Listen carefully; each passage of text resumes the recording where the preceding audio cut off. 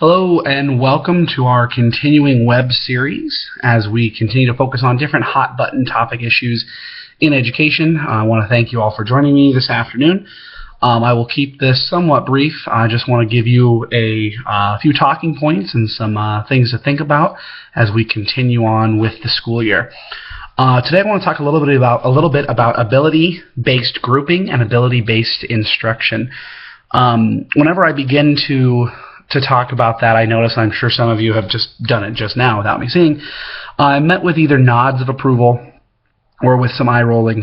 This is a divisive issue in education and something that I think is just as polarizing a topic as that we've had in education. Let me make one thing clear. I've been teaching for several years. I survived my first year by basically copying what I saw in student teaching, what I saw my colleagues do, what I experienced in workshops and conferences. As the second year progressed, I felt a little more comfortable. Third year, so on and so forth, I was able to start doing some more things that I felt comfortable with and wanted to try. The point being is that a lot like you, and I think teachers in general, will try anything and everything I can to get students on board, to get students to learn, to help students grow. So when I answer the question, please don't think I'm just sitting on the fence. There's a method to my madness. Am I for or against ability-based instruction? Yes, I am. Clear as mud? Okay, here's my reasoning. We as teachers are charged with doing whatever it takes to help our students learn. So ability grouping can do just that. It allows us to have small groups leveled instruction that will help students address certain issues that they may have in their education. At the same time, ability-based grouping and instruction is not the only thing that needs to be done to help students learn. Things like direct instruction, project-based learning, flipped learning, all of these are viable options that can be done in a classroom. For example, something that I've done a lot of is flipped learning. I do this work with my ability-based groups in math instruction. I started this just only as a high ability learners with my high groups as some alternatives to some of the instruction and allowed them to have a little bit of fun. And the very first lesson I did, one of my low group kids saw the video, and I saw the look of excitement, of joy, of wonder. And I thought, I might be onto something. So from that point on, I started adapting my videos and my teaching styles to fit in with my ability-based groups without calling them ability groups, without ability grouping. For example, instead of making 3 different topic videos, I was making videos for my above level, on level, below level. Instead of doing that, I made one video, and in that video I would provide 3 or 4 different alternative answers for assessment that the students could complete. They could choose what they wanted to complete, and they could turn that in as evidence of completing the flipped lesson.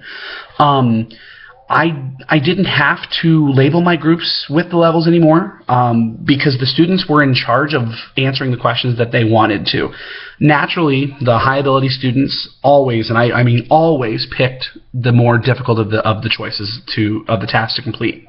The kids that were on level always tried the more difficult task but settled on the task that was meaningful for them.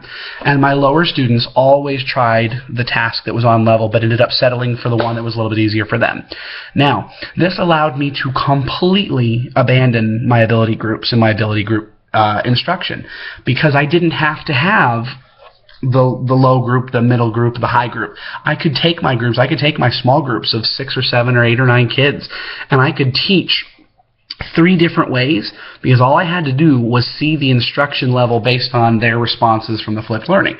So that way I knew when I was focusing with these 2, 3 certain kids, I needed to focus here. When I was focusing with these other kids, I could focus here. It allowed me to continue to ability-based group and to provide instruction at an ability level without necessarily having to say this is, your ability groups or your grouping for, your red dragons, your blue dragons, that type thing. Now, would the kids know who is a higher learner, who's on level, and who's a little bit lower? Absolutely they do. Absolutely. But it does not come from teachers putting them into groups and labeling them. The idea is to create an environment that is so open, accepting, and conducive to learning that no one draws attention to where you're sitting and what you're doing, just that you're working and trying as hard as you can. The biggest problem I've had and complaint has been actually from teachers, which it baffles my mind. I've been told what I'm doing is wrong because I'm working too hard. I'm working too hard for the students. I've been told what I'm doing is wrong because I'm not teaching them in a traditional style of education, and that this will only hurt them as they continue on in school because no one teaches this way. All I can say is that in my years of teaching, I've had every student show growth to the point of being on or above grade level in reading and math, and my special education students have shown growth in their individual goals, which is exactly what we should ask from them. Educators need to get rid of the box and labels. Nothing should be outside the box because everything is fair game for students. You do what you have to do. Labeling a student as a high ability or on level or below level or blue or green or red only does one thing, and it allows the student to be treated differently. So get rid of the labels. Do a little more work on your end. Incorporate ability-based teaching into your small group instruction, but offer up opportunities for all students. You'll be surprised by what you see. Students are very smart. They know what works for them, and they're going to do students don't want to fail. If you give students choices for completing tasks, they're not going to pick the most difficult one because they don't want to fail. They're not going to pick the easiest one because they don't want to be bored. They will instinctively and naturally go to their ability based on what they think will help them succeed the most. That's all I have for you today. I want to thank you very much. Remember, ability-based teaching and grouping is a very divisive issue, as I mentioned, something that you should think about. I am perfectly fine as your principal with you trying anything as long as you can tell me why you're trying it, what research you've done to support this decision, and then you can show me your assessment tools and the research that you've got after you've tried it to see if it's working. All right, we'll talk to you soon. Take care.